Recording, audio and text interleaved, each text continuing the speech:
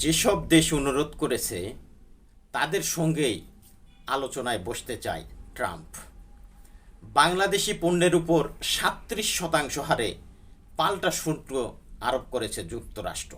শুধু বাংলাদেশে নয়, বিশ্বের বেশিরভাগ দেশেই পণ্যের উপর শুল্ক আরোপ করেছে ট্রাম্প প্রশাসন। এ নিয়ে বিশ্বজুড়ে তোলপাড় চলছে। বাংলাদেশেও সরকারের উচ্চমহল ও ব্যবসায়ীদের মধ্যে আলোচনা হয়। এর পরিপ্রেক্ষিতে প্রধান উপদেষ্টা এই পাল্টা শুল্ক স্থগিত করার জন্য যুক্তরাষ্ট্রের প্রেসিডেন্ট ডোনাল্ড ট্রাম্পকে চিঠি দেন।